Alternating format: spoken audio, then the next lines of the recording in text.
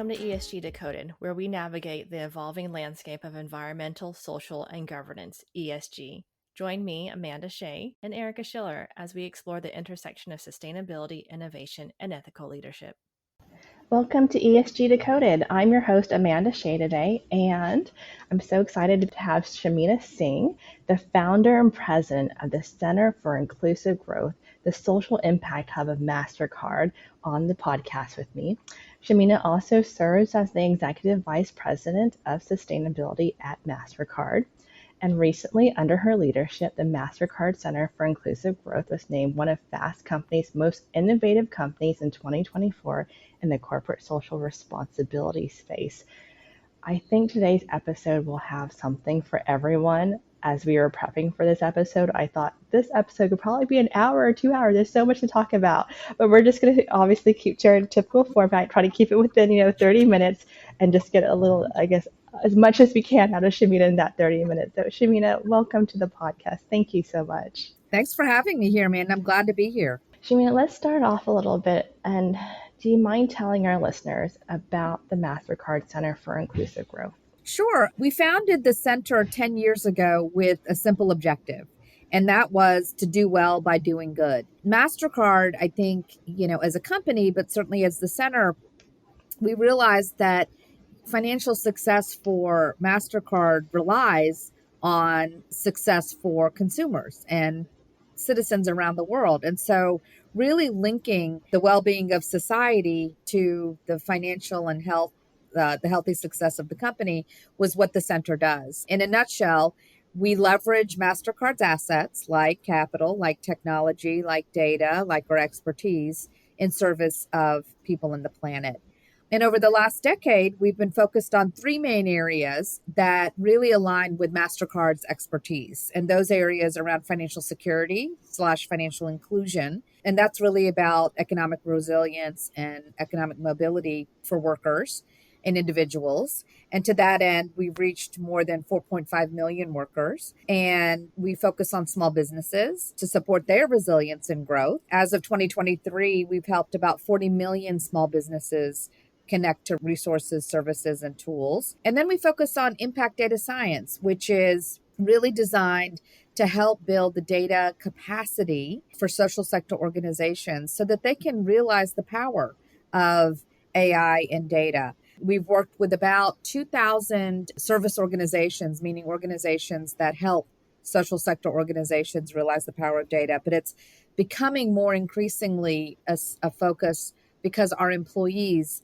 especially those in data science, really love doing that kind of work. So we're accelerating our efforts there. But it's really, I think the interesting thing about the center and about any of this work is that we started with a theory of the case. I think you have to have a perspective on what you're trying to get done so that it helps focus your work and your energy. And our theory of the case really revolves around networks.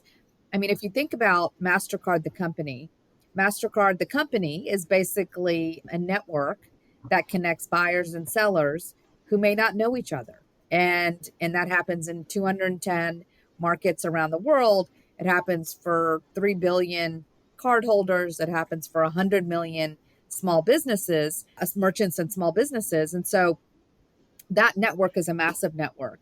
And then as we think about the center and the ways that we're positioned to have the most impact, we consider networks, and we look at networks like financial services networks, like social networks, like utility networks, and really see that proximity to any kinds of these networks really determines your success in an economy that's increasingly digital. And so I think the other thing that as we center our work, we really look at breaking down barriers to the networks that power the modern economy as our essential theory of the case. I can see I can visualize that as a former small business owner.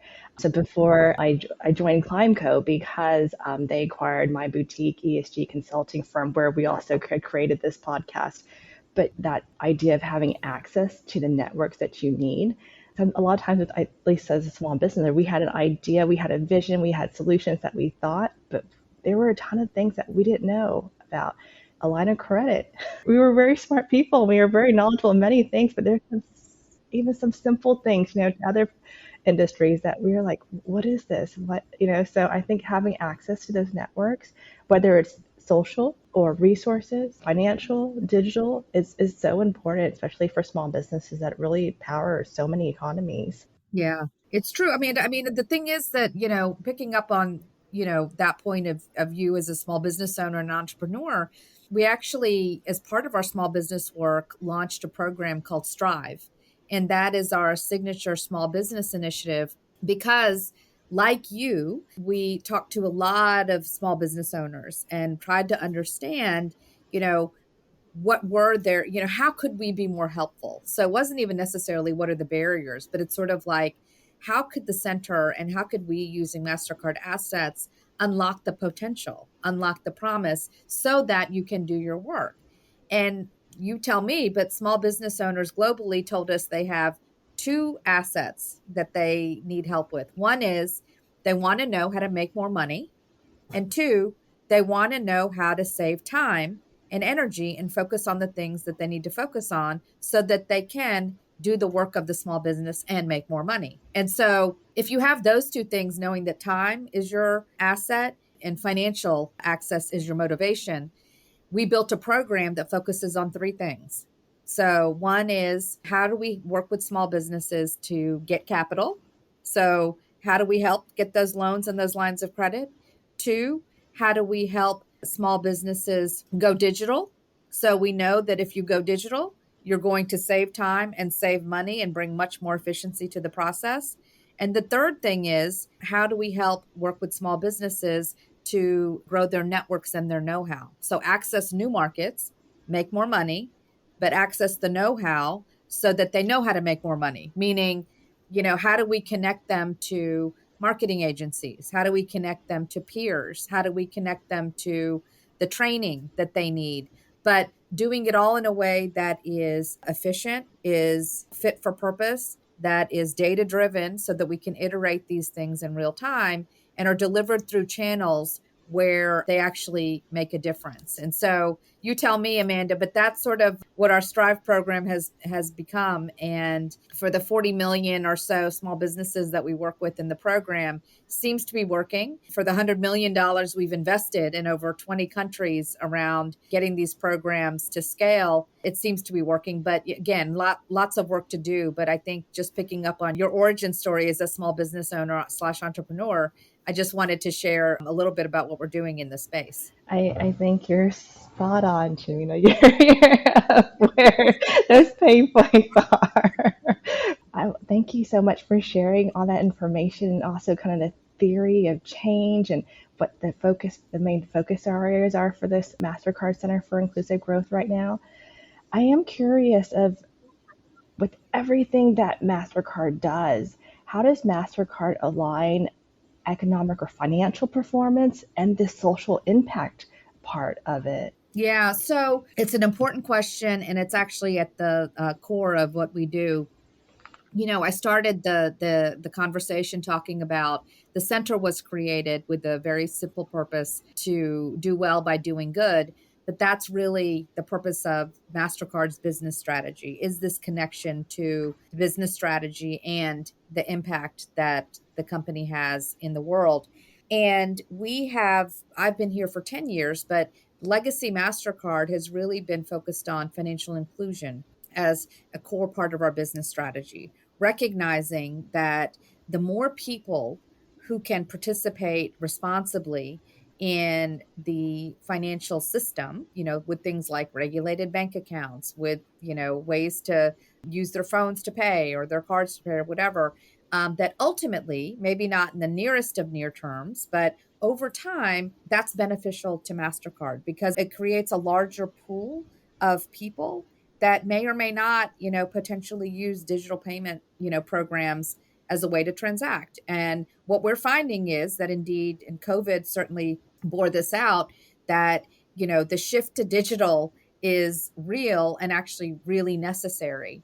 Now, that is an important part of the business strategy for MasterCard, is that this shift to a digital economy, the shift to a data economy, has real implications for everybody. But over time, has strong positive implications for the work of Mastercard. And so connecting our social strategy, our impact strategy to the longer term ambitions of the company not only makes good business sense, but it helps have positive impact in the world. And that's really what we mean by doing well, by doing good. And that's how our social impact strategy really does connect with the business strategy and vice versa.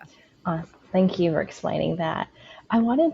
We've talked a little bit, or you've teased up a little bit about the digital side, about the information side, and I wanted to talk a little bit more about that and understand. You mentioned in the beginning that it's really impact data science, trying to Mm-hmm. unlock more information from data to help organizations grow and do more work. But will you tell us more about that? Sure. The two things that I think are really important here are the connection to the business Yeah. and the connection to data science, climate, and financial inclusion, and really drawing that thread that connects all of these things together. Because, financial services and data for data's sake, those are really strong enablers of action. I mean, Amanda, you're the small business owner, right? So it's not necessary, unless you're in the data business, you don't necessarily need to or want to think about data all day, every day. That's not the point of starting a business. You wanted to make a difference with, sustainability and climate.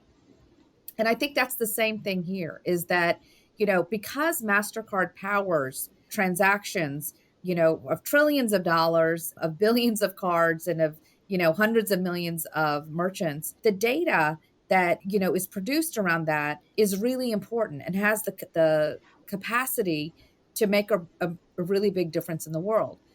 The problem is with organizations like MasterCard and any other company, frankly, who is in the data business, the business of data, the supply is there and the demand is there, but there's this missing section of analytics, right? Because, a small business owner or business owner doesn't necessarily need the data per se. What they need are the analytics, right? They need somebody sort of in the middle saying, here's your data. Here's other data that might be out there. How did these things come together so that we can help you give you some advice about how that helps you do your business better? The only way to do that is to build capacity of organizations who work with small business owners or work with social sector organizations who might be working with people who may be left behind or, slower to be in a position to adopt these types of technologies. And that's what the center is doing, is trying to bring together this, bridge this, what we call an information inequality gap, meaning that there are big differences between data haves and data have nots. And what we're trying to do with things like, our partnership with data.org, which is a nonprofit that is completely dedicated to building the capacity of social sector organizations around data, and doing things like announcing an AI challenge to incentivize. We say AI meaning artificial intelligence, but we actually in this case mean, to accelerate inclusion. So our version of AI in this AI challenge is to catalyze solutions that may need to be scaled, but provide this missing middle gap, that's going to be able to sit sometimes in the middle of data haves, but bridge that distance to the data have nots and help make their experience much more seamless and much more productive and hopefully shorter than what's required. Because Amanda, as you know, technology and data and AI, it's moving so fast and it's really hard for everyone to keep up. And everybody knows that it's here and that they should be thinking about it, but it's this difference between I see it all happening, I don't know what to make of it. And they need the help. They need the handholder, the person in between, or the company or the organization in between who's saying, let's make this a little bit easier. Let's break it down into bite-sized chunks that, are useful and relevant to your life experience. And that's the work that the center is trying to do around things like the AI challenge and data.org. AI is, I think, really so interesting to think about because, as you mentioned, it is a way to increase productivity and efficiency exponentially. But it is also a possibility where, and currently we do have a digital gap, right, in many communities around, not only in the U.S., but also around the world. And there's also I think, a concern that AI might widen that digital gap in a way, maybe not just from a broadband access point, but also just from being able to tap into these resources. So I'm really excited to see what comes out of the challenge. What's, what are all the, hopefully some wild and amazing ideas that get submitted. What's funny is I think that, and this gets a little bit to the conversation that I started before about the connection between, business data / technology and the climate and environment, right? So we are founding members of something called the Earthshot Prize, which is another big challenge of, companies and people who've come together to incentivize, big ideas around climate. And people ask sometimes, why would the Mastercard Center for Inclusive Growth and Mastercard be part of a founding member of a climate initiative? Like, what's your engagement there? And the truth is that for climate, for like anything else, any climate answer, any climate business has to have the know-how and the network to do things around what you had to do, Amanda, which is run your business, get the financial services, get the lending, get the capital, get the digital, get the data and the data analytics done. And so what we've been able to do with the Earthshot Prize and some of their winners is help those businesses and those fintechs or whatever they are realize the power and of their own capabilities around data and financial services and help them scale more quickly. And so, because what we know is, climate change isn't waiting for us to come up with a solution. Women and ethnic minorities are the largest group of people who are impacted by climate change. And what we also know is that unless we start to really accelerate these solutions, we run the risk of hundreds of millions of people slipping back into poverty because of the climate crisis. And so in this instance, time is not on our side to help figure these things out. And our job, I think, at the Center for Inclusive Growth and, in partnership with other private sector companies and public sector organizations, is to combine all of our assets relatively quickly to come up with solutions. And so we really think about it as moving from siloed work to solutions across the board. And I think that the more, horizontal thinking we can be doing as leaders in this space, I think the better it will ultimately be for everyone. So I think that, as I know your listeners are all, very interested in climate change and sustainability and things like that. And I think that this is a podcast for them too, in the sense that we're very interested to understand what the applications are of, what the climate science is showing us and what's happening in the space. And then we can figure out how we can use our assets to accelerate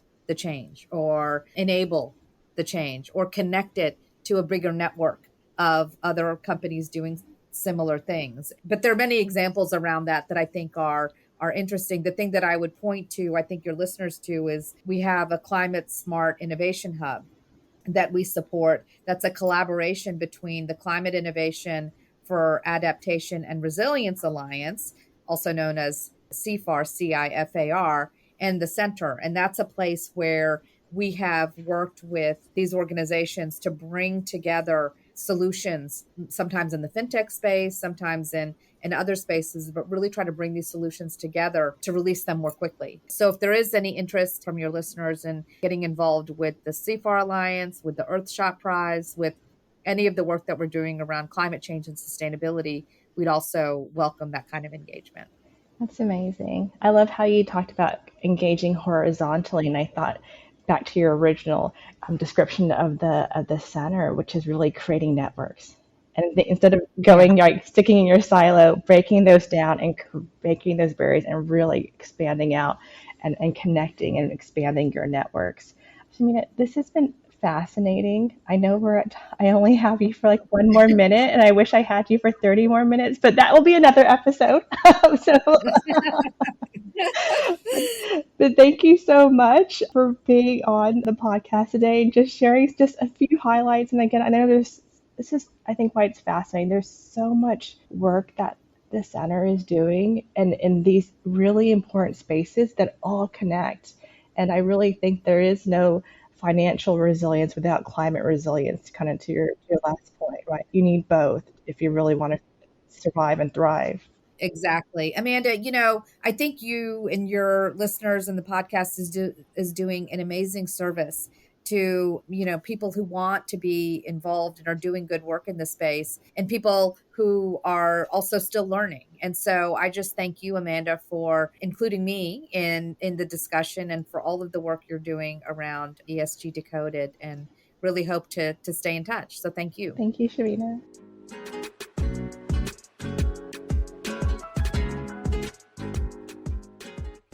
Whether you're a seasoned ESG practitioner or embarking on your sustainability journey, ESG Decoded is your trusted source for inspiration and actionable insights for responsible business practices.